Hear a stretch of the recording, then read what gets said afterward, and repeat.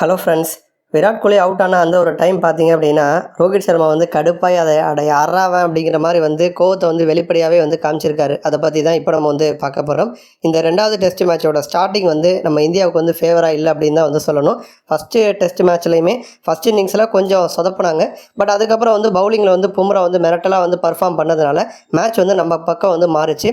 But அதே மாரியே எல்லா கேமும் மாறும் அப்படின்னு சொல்ல முடியாது. அதுவும் இது வந்து ஒரு பிங்க் பால் டெஸ்ட்டு, ஒரு டே நைட் கேமாக வந்து நடந்துட்டுருக்கு. இந்த மாதிரி ஒரு டெஸ்ட்டு மேட்ச்சில் வந்து மேட்ச் வந்து நமக்கு ஃபேவராக மாறும்னு சொல்ல முடியாது. இன்னொரு புறம் வந்து சொந்த மண்ணில் நடந்த டே நைட் டெஸ்ட்டில் இது வரைக்கும் ஆஸ்திரேலியா எதுலேயுமே வந்து தோற்றது கிடையாது.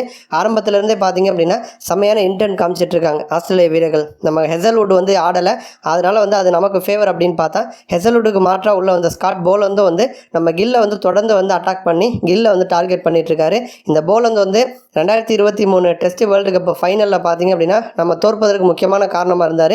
இந்த முறையும் வந்து கில்லு தான் வந்து நல்ல ஃபார்மில் இருந்து சூப்பராக ஆடிட்டு இருந்தார். அவரை வந்து பார்த்தீங்க அப்படின்னா அந்த போலந்து வந்து காலி பண்ணியிருக்காரு. இப்போ அந்த டாப் ஆர்டர் 4 பேர் பார்த்தீங்க அப்படின்னா டோட்டலாக வந்து காலி ஆயிருக்காங்க.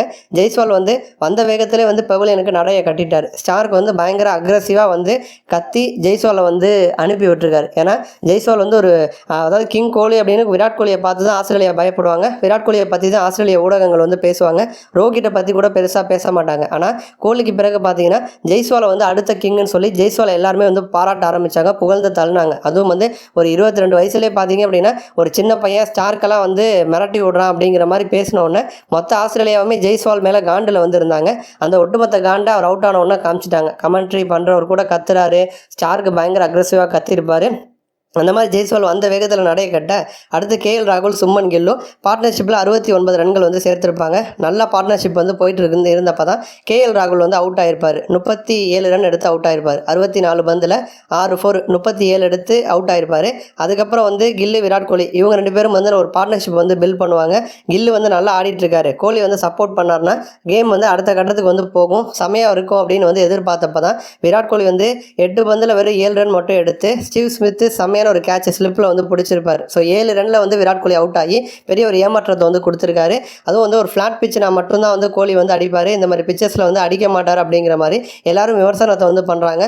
இன்னொரு புறம் ரோஹித் சர்மா பெரிய ஒரு ரிஸ்க் எடுத்திருக்காரு. ஏன்னா அவரோட இடத்த வந்து விட்டு கொடுத்துருக்காரு. இப்போ வந்து அந்த ஓப்பனிங் பார்த்தீங்கன்னா கேஎல் ராகுலை ப்ரமோட் பண்ணிவிட்டு ரோஹித் நினச்சிருந்தாருன்னா 3வது இடத்துலையோ கோலி இடத்துலையோ வந்து ஆடலாம். ஆனால் அதையும் வந்து பண்ணலை. யார் இடத்தையுமே ரோஹித் வந்து மாற்றலை.